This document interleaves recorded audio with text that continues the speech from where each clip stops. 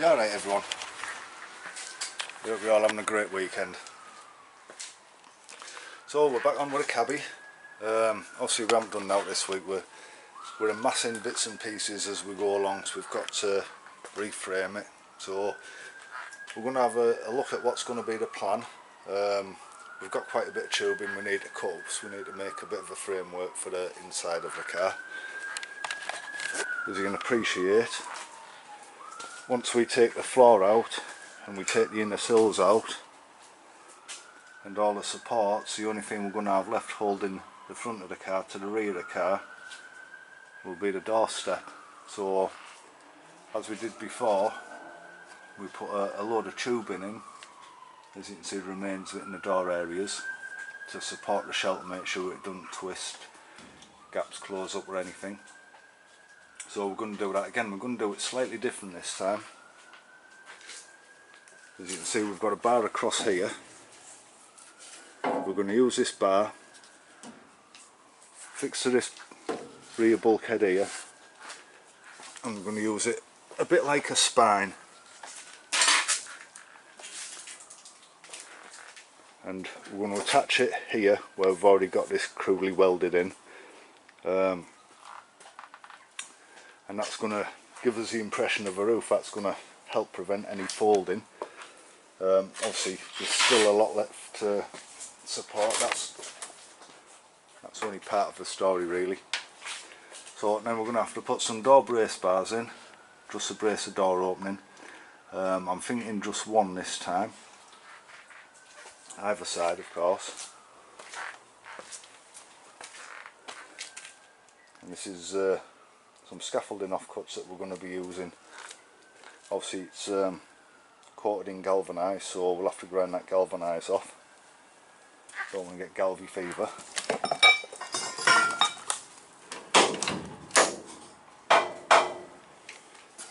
So you can see where we've put these bars in before, and we'll cut them out once it was done. So all I'm basically going to do is I'll weld the bar into here, bring it across to here, same on that side, and then we'll bring a brace bar across, join into this side, and then we'll brace off this centre bar as well. I'm not sure whether we'll box this area, so have 4 bars and then brace this off there and off there, or whether to bring and triangulate it in to this area here. Not sure. It's going to be as I go along, I'm going to work it out, sort of thing. But I think the concept, I think the idea is solid, and that's going to prevent any. Obviously, this is going to prevent the shell wanting to fold. Again, door brace bars obviously prevent the shell wanting to fold in that way. Same this side, and any movement will be took up side to side by this brace. Also we've got the bulkheads front and rear, but we don't want them shuffling out of line with each other. I don't want the car going down the road so the back end's 2 inches to the left of the front end. So we'll bring these brace bars across here to bring that in, and then most likely we'll triangulate off this bar here, and then maybe just put a single support in here, and that'll keep it solid for when we cut the floor out, and all the supports and the strengtheners out again. What we're going to do with that, we've decided our best method is I'll do the same as what I did previously. I'll cut the cross member out with the seat mount still attached to it, and I'll put that safe with the rest of the cabbie bits, and I'll cut this section of transmission tunnel out with the cabbie seat mountings on, so I'll put them safe as well, and then I know the exact locations of them then. Also on this side, this strengthener, I'm going to try and cut at least one of them out in more or less one piece, so we've got a pattern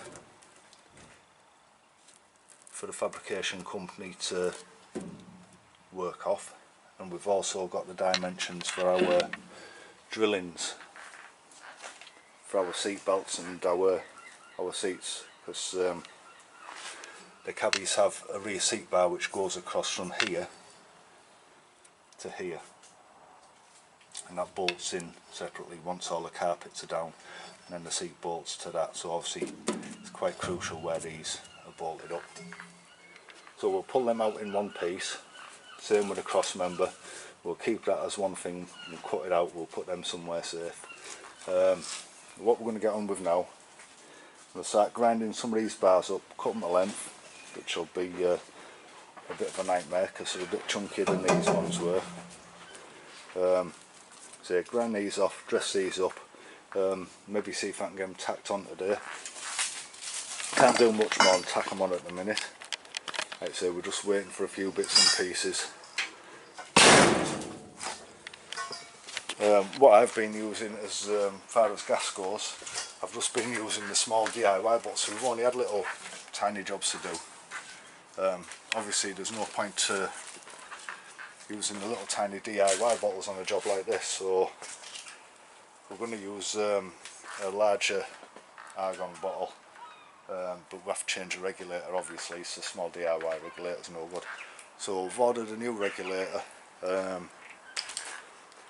and an abundance of cutting blades, absolute abundance of cutting blades, because I think we're definitely going to need them.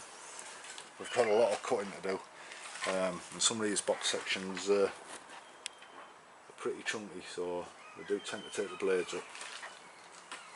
Right, I want to get some goggles on. Let's have a look at one of these bars, see what we've got for. I don't have to get wholly accurate on the measurement in the door area, so like I say, I'm going to brace it off. Well, I'm going to weld it to the existings, the ones that are already in, because these are in and solid, so I'll just weld it to these as opposed to welding any more to this panel here and having to grind off and dress up when we're done. So I don't have to be wholly accurate with a measurement, as long as it's within an inch really. I also do with something to stop this car rocking about, so I think we'll sort that out as well. Let's put these down on the back end there.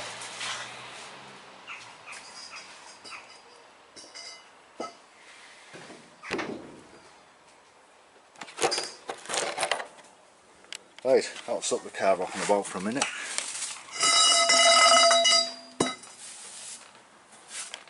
Oh, a clumsy one-handed grab one of these big old bars. Let's see what we've got.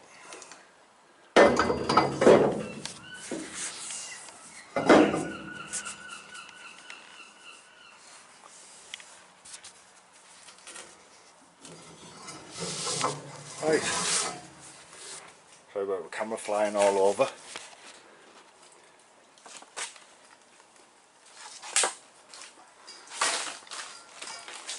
Right, I don't know where to put you guys at the minute. I'll give you a nice view of the inside of the cabby just while I put some goggles on and get plugged in.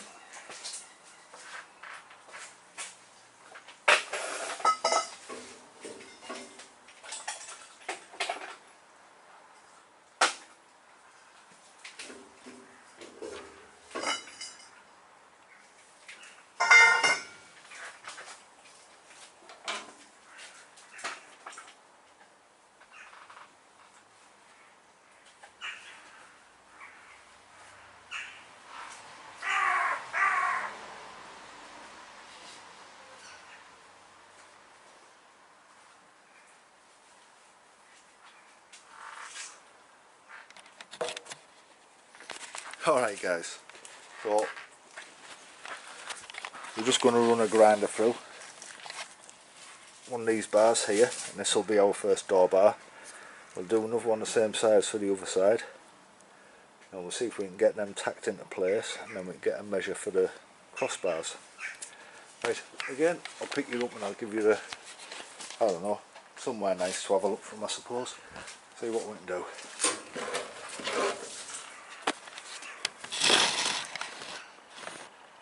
Well, be safe there.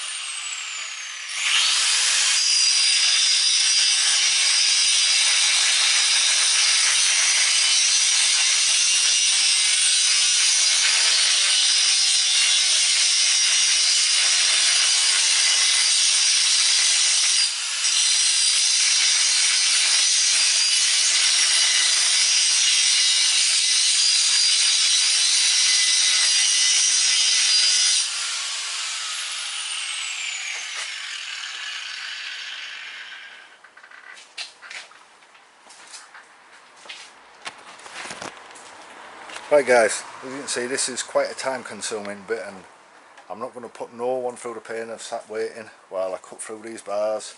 Even fast forwarding it, speeding it up, I don't think it'll make any difference. So what I'll do, I'll put this paused. Obviously you won't be paused, you'll just jump into the next bit. We'll get a couple of bars cut and then we'll go from there. Right, see you in a sec guys. Right, so like I said, door bars, we've cut a couple of door bars. We've just given them a light tack. Obviously we don't have any decent gas to get these in properly, so we've just hide them in for now with a light tack. So next I'm going to dress up a patch on these and get them measure for a crossbar. So I think we'll put 2 crossbars in.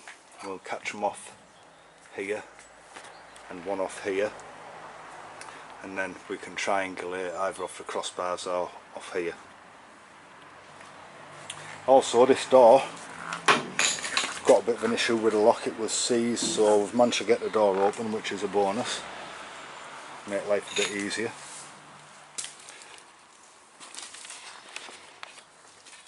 And also while we're at it, this inner wing, it was annihilated. It's just got bent, twisted, and it's absolutely suffered to hell. So this whole inner wing's get replaced. So we've cut this section off here. I've just hide it down on the floor now. I'm just going to get the chassis plate off it, or the VIN tag. Make sure we put that somewhere safe, probably with the documents. What I'll do, I'll cut the rivets from the back and grind it from the back, so there's no chance of damaging the front of it. I know you can get these remade, but beside the point. I'll keep hold of the inner wing just in case I need anything off it. Just put that somewhere safe with the cross members when we come with it. Right, what I'll do now, I'll get another bar and I'll get my measurements for a cross and I'll get them cut and get them tacked in, and I'll get back with you. See you in a sec guys. So the story so far, as you can see, we're plodding along. Door braces in, obviously everything's just tacked. Side to side, we've run 2 diagonals to catch this bar here, which we're calling more or less the spine of the car now. So like I say, we run these 2 triangulars down. That's going to take and hope any twist at the back, which would be marginal, you know, it's not like there's going to be any weight left in the back of the car, but it'll cut out any twisting possibility.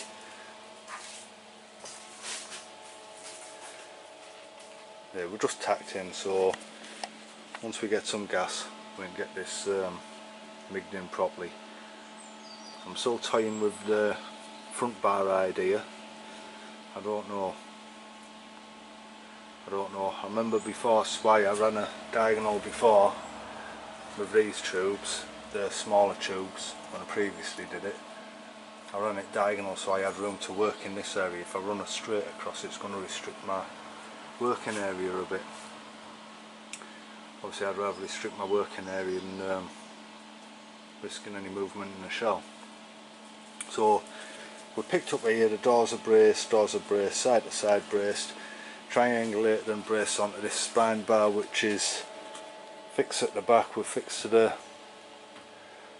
bulkhead, rear bulkhead. We're fixed to the seat belt mounting area, and up front we've just got a T-piece which it'll just be crudely welded to, which is attached to the cross member. So I think that should keep us strong enough, but I don't know, I might add maybe another triangular, just a straight to bring it in. So maybe I'll put one in from the centre here and bring it up to here. I don't know.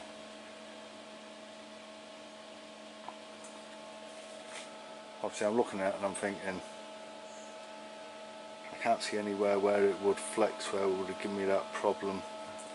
So obviously this is going to brace enough for the front. We're not cutting cross members out, we're not going to take any strength out of the front of the bulkhead, so that shouldn't really move once we've took the floors out. And we are sort of braced. I could go another side to side a bit further in, I suppose, and then put a brace off up to the centre. Well though, I'll have a think about it, I'll get it done, and I'll get back to you shortly. But yeah, if anyone out there is a bit of an engineer and knows the numbers or can have a good guess at the numbers, if they want to tell me that this will or won't do the job once the floor and all the reinforcements are took out to keep this car in one shape, I'd be happy to hear about it before I take the floors out. But anyway, I'll get on, I'll get the next bits in. Speak to you in a bit.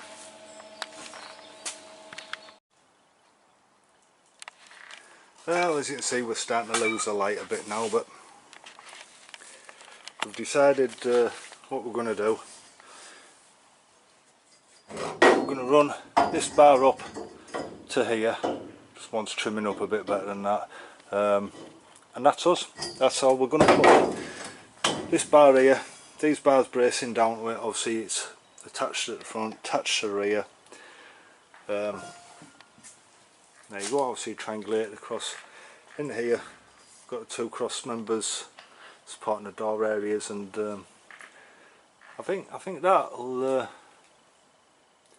hopefully, well, I'm sure it will, it feels like it will, it looks like it will, once it's all welded up, it'll allow us to fully remove the floors from the cabbie, fully remove the boot floor, all the sills, the reinforcements, back to just having this car, so the back end is held onto the front end just by this doorstep here. There'll be no inner sills, no outer sills, no reinforcements, no cross members, no nothing left in there, and this will be what we're keeping shelves straight and without twist, hopefully. I can't see why there'd be any problems with that. It looks like it'd be well strong enough for it to me. And say if anyone's got the maths to say otherwise, please do tell me. I'd hate to get into it and find out otherwise, but yeah, it looks alright, doesn't it, really? Isn't going nowhere, that. It should give us enough loading, so if I want to spin the car while I'm working on it, it shouldn't be a worry. No.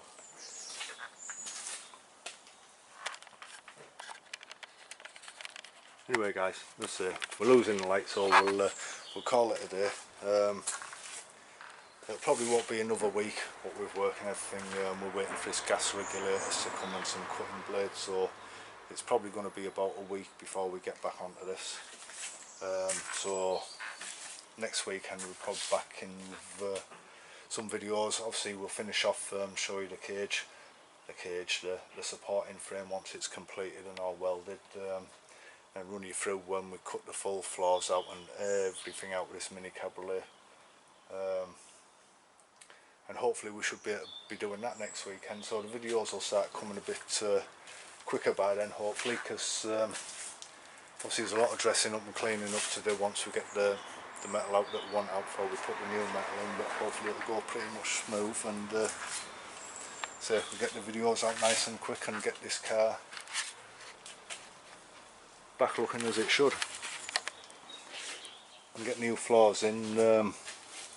Oh yeah, we're gonna, before we take the floors out, once we get the bracing in, this rear wheel arch here, I'm going to take that out and replace it with a new wheel arch. It's got a hole up here. I'd looked at piecing it originally, but I don't know what I was thinking. So we'll put a new wheel arch in there, but we'll do it before the boot floor goes, and then it's nicely referenced, so you know, when the next boot floor comes in, we've got something to work up against, as opposed to putting it in and working up against a wheel arch that we're going to be taking out, and it means that it should be a little bit easier for us to cut out. Anyway, we'll see you in the next video. Y'all take it easy now. Bye.